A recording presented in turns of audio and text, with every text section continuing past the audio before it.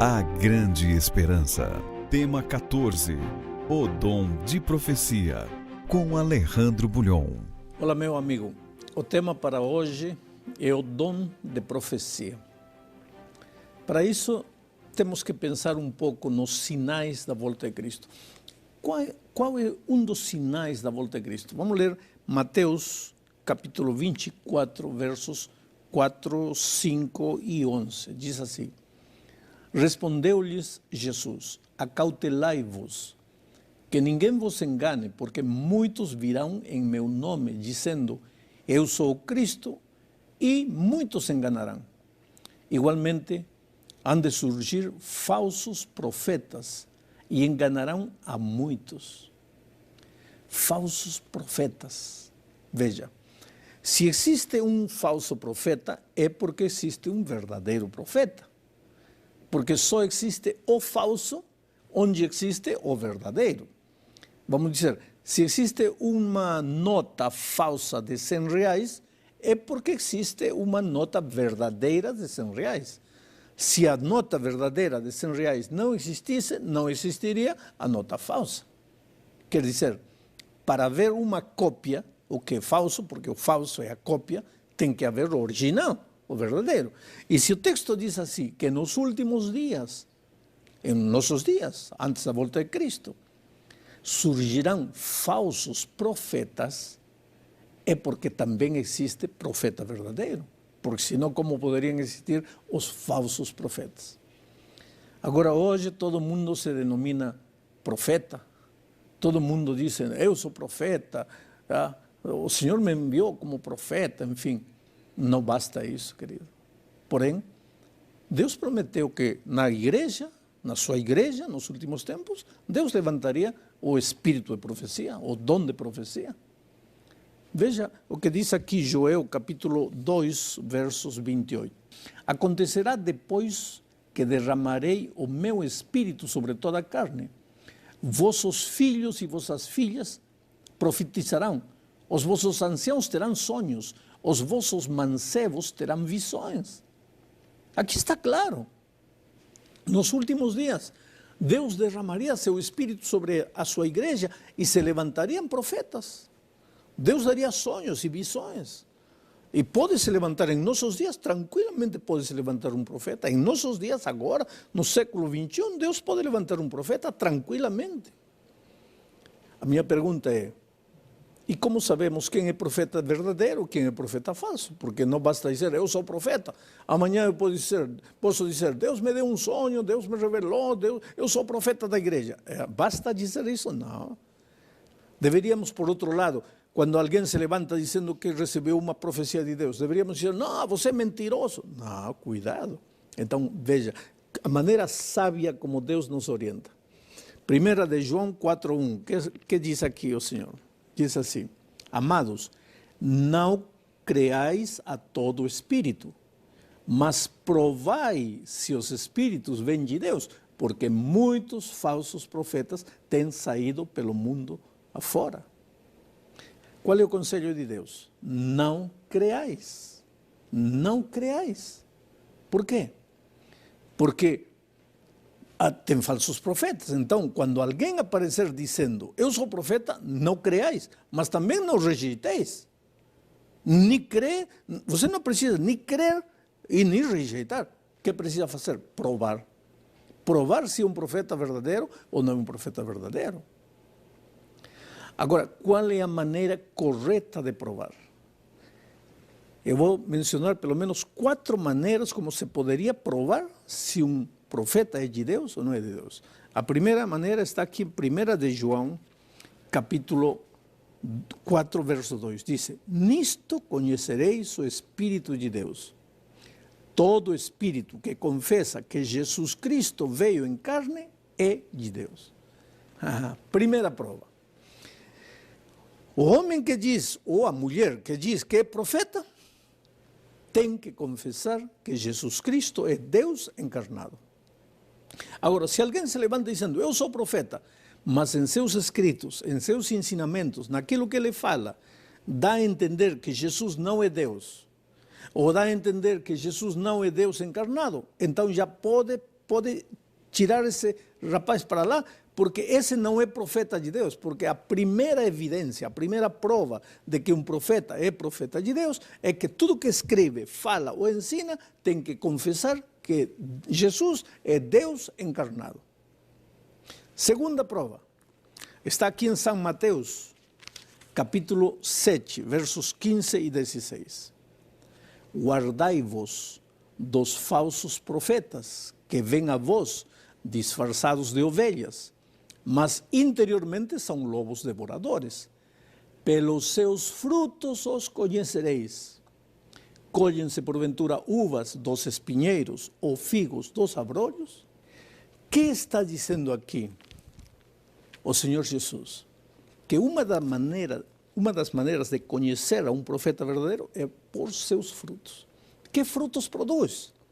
Chega o profeta na igreja, divide a igreja, qual é o fruto? Divisão ou unidade? O verdadeiro profeta teria que unir a igreja. O falso profeta divide a igreja. Qual é o fruto? Você observa a vida do profeta, daquele que diz que é profeta. Vê mentira, dá um cheque sem fundo. Espera um pouco, como que vai ser profeta? Porque o verdadeiro profeta, pues seus frutos são bons. Ele prega, e quando terminou de pregar, ele vai. Aí a igreja, em lugar de ficar amando mais Jesus, comprometida mais com a missão, respeitando mais a liderança, fica revoltada com a liderança, mais idolatrando ao profeta que ao próprio Senhor Jesus. Que fruto é esse? Cuidado. Então, até aqui já vimos duas evidências de um profeta verdadeiro. Primeiro, tudo que fala, tudo que escreve, tudo que diz, confessa que Jesus Cristo é Deus, que se encarnou e veio a esta terra. Segundo, seus frutos. Vamos observar os frutos. Mas não basta isso. Tem uma terceira prova, e está aqui em Isaías, capítulo 8, versículo 20. Diz assim: a lei e o testemunho, se eles não falarem segundo esta palavra, nunca lhes raiará a alva. Quando um profeta aparece dizendo que é profeta, vamos ver. Aquilo que ensina está de acordo com a palavra de Deus? Está de acordo com a lei? Ou então o profeta chega e diz: não, Deus me revelou que a lei não serve já. Deus me revelou que a lei já acabou na cruz do Calvário. Espera um pouco. Não está claro na lei, na palavra de Deus, que a graça é graça e a lei é lei. E que o cristão na vida dele precisa a graça para salvá-lo e a lei para mostrar-lhe seu pecado. Não está claro. Como é que o profeta agora vem dizendo: Deus me revelou que já a lei mudou? Espera um pouco. Não pode ser assim, porque Deus é eterno. A erva seca, a flor murcha, o tempo passa, mas a palavra de Deus permanece para sempre. Então, nenhum pretenso profeta tem o direito de dizer: já mudou. Por isso, a terceira maneira de provar se um profeta é verdadeiro ou falso é ver o que fala. Está de acordo com os ensinamentos da palavra de Deus? Está de acordo com a lei de Deus? Isso é chave. Mas tem uma quarta maneira de provar um profeta, e está aqui em Deuteronômio, capítulo 18, versos 21 e 22. E se disseres no teu coração: como conheceremos qual seja a palavra que o Senhor falou? Quando o profeta falar em nome do Senhor, e tal palavra não se cumprir, nem suceder assim, esta é a palavra que o Senhor não falou. Com presunção a falou o profeta: não o temerás. Oh querido, isto é interessante. Isto me impressiona a mim profundamente. O que está dizendo aqui Deus? Que quando um profeta profetiza e o que profetizou não se cumpre, pues está a evidência de que é um profeta falso. Agora, se ele diz algo e se cumpre, é profeta verdadeiro. Agora, para que um profeta seja verdadeiro, não tem que estar só uma das características na vida dele. Tem que estar as quatro juntas. E vou repetir as quatro. Primeiro, em seus ensinamentos, naquilo que prega, naquilo que ele escreve, tem que confessar que Jesus é Deus, vindo em carne a esta terra para salvar o homem. Segundo, os frutos da sua vida têm que ser frutos bons. Terceiro, Tudo que fala e tudo que ensina tem que estar de acordo com a palavra de Deus e com a lei. E quarto, quando profetiza algo, tem que se cumprir. Quando essas 4 características estão juntas na vida do profeta, então pode crer que esse é um profeta verdadeiro. Não importa a pessoa que se levanta dizendo que é profeta, vamos observar a vida. Agora eu te digo uma coisa, entre parênteses, geralmente aquele profeta que Deus levanta não anda dizendo sou profeta, mas a igreja percebe que é profeta. Mas essa pessoa tem que passar pelas 4 provas. Qual seria uma das características da igreja de Deus no tempo do fim? A igreja remanescente de Deus nestes dias. Qual seria uma dessas características? Apocalipse 12, 17 diz: E o dragão irou-se contra a mulher, e foi fazer guerra aos demais filhos dela, os que guardam os mandamentos de Deus e mantêm o testemunho de Jesus. E o que é o testemunho de Jesus? Apocalipse 19, 10 dá a resposta. Então me lancei aos seus pés para adorá-lo, mas ele me disse: olha, não faça tal, sou conservo teu e dos teus irmãos, que têm o testemunho de Jesus, adora a Deus, pois o testemunho de Jesus é o espírito de profecia. Portanto, na igreja de nossos dias, Deus vai levantar um profeta. Mas para reconhecer se esse profeta é verdadeiro, precisamos nós aplicar as 4 provas. Se passa, é profeta verdadeiro, se não, não. Agora te digo uma coisa, querido, a igreja adventista do 7º dia crê que o espírito de profecia se manifestou na vida e na obra de Ellen White, que nasceu nos Estados Unidos em 1827 e faleceu em 1915.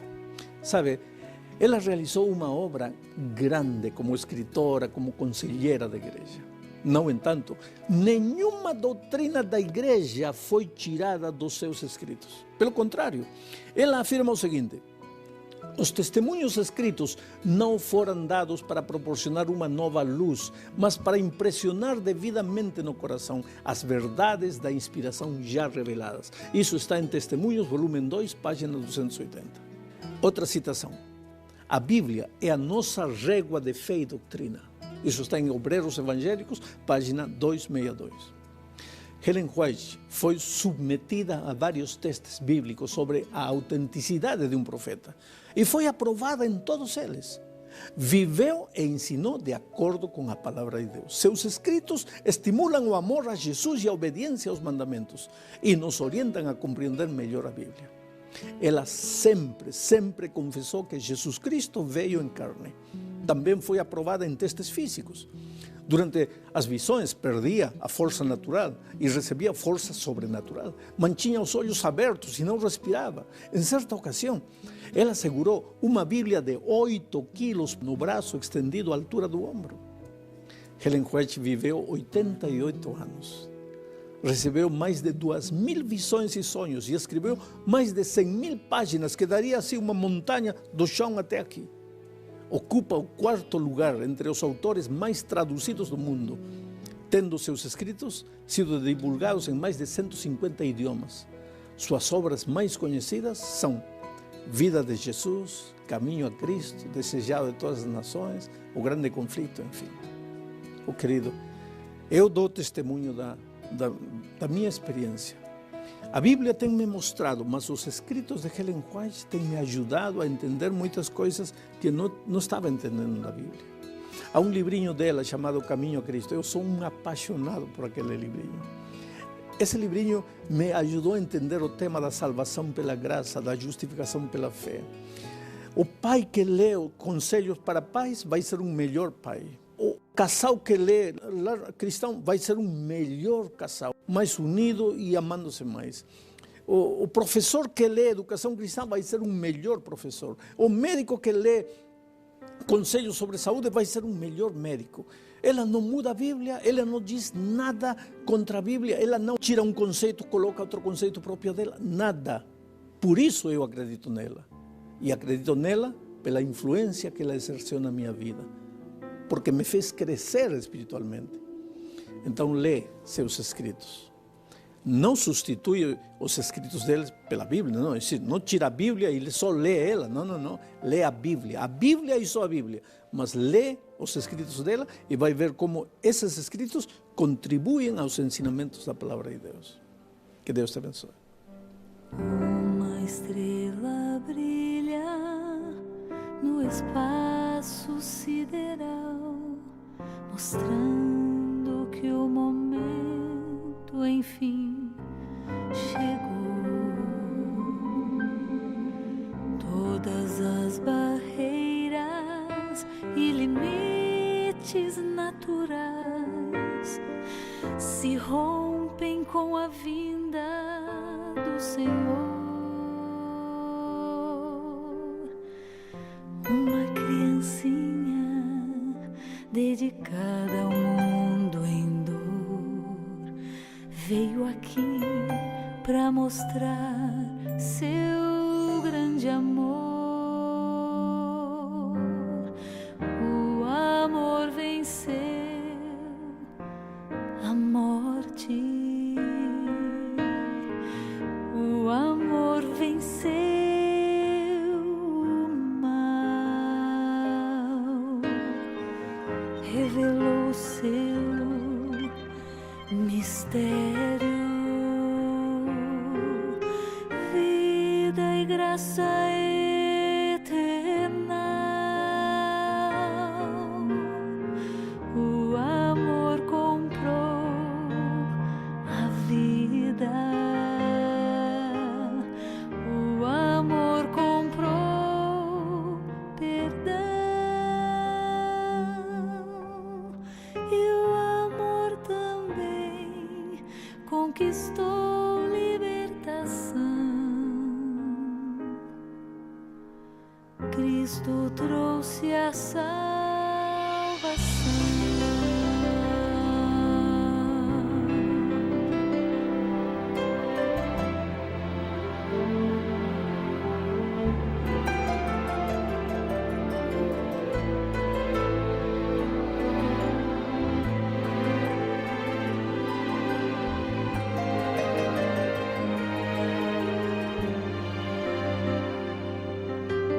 Uma nuvem branca vai surgir no céu azul, trazendo a criancinha de Belém. Não é mais menino, ele agora é rei dos reis e vem para resgatar os que são seus. Ele é coroado pelo Pai, o Deus Jeová, para sempre com justiça reinará. O amor venceu a morte. O amor venceu o mal. Revelou o seu mistério. Vida e graça eterna. O amor comprou a vida. O amor comprou perdão. E o amor também conquistou libertação. Cristo trouxe a salvação. Deus de amor, Deus de poder, prepara minha vida para que eu possa te receber. Eu quero estar pronto para te encontrar e naquele dia quero te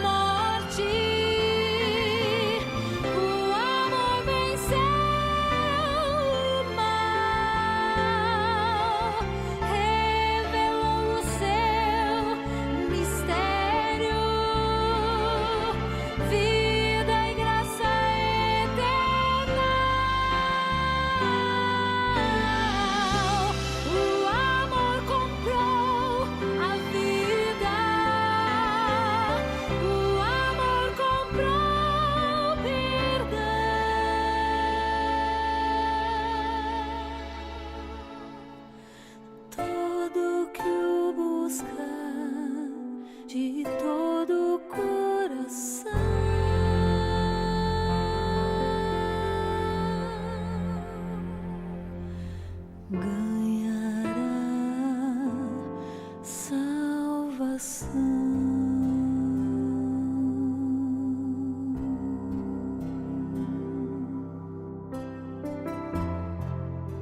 Um dos assuntos mais sérios de lidar com eles é como administrar a nossa vida, como lidar com as nossas finanças, com o cuidado do corpo, do nosso tempo, e esse será o estudo que o pastor Bulhon apresentará na sequência.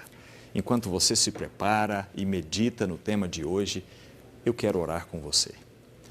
Querido Pai, obrigado pelo teu amor e bondade. Obrigado porque a tua palavra nos faz avançar cada vez mais na compreensão da tua mensagem e do plano que o Senhor tem para a nossa vida.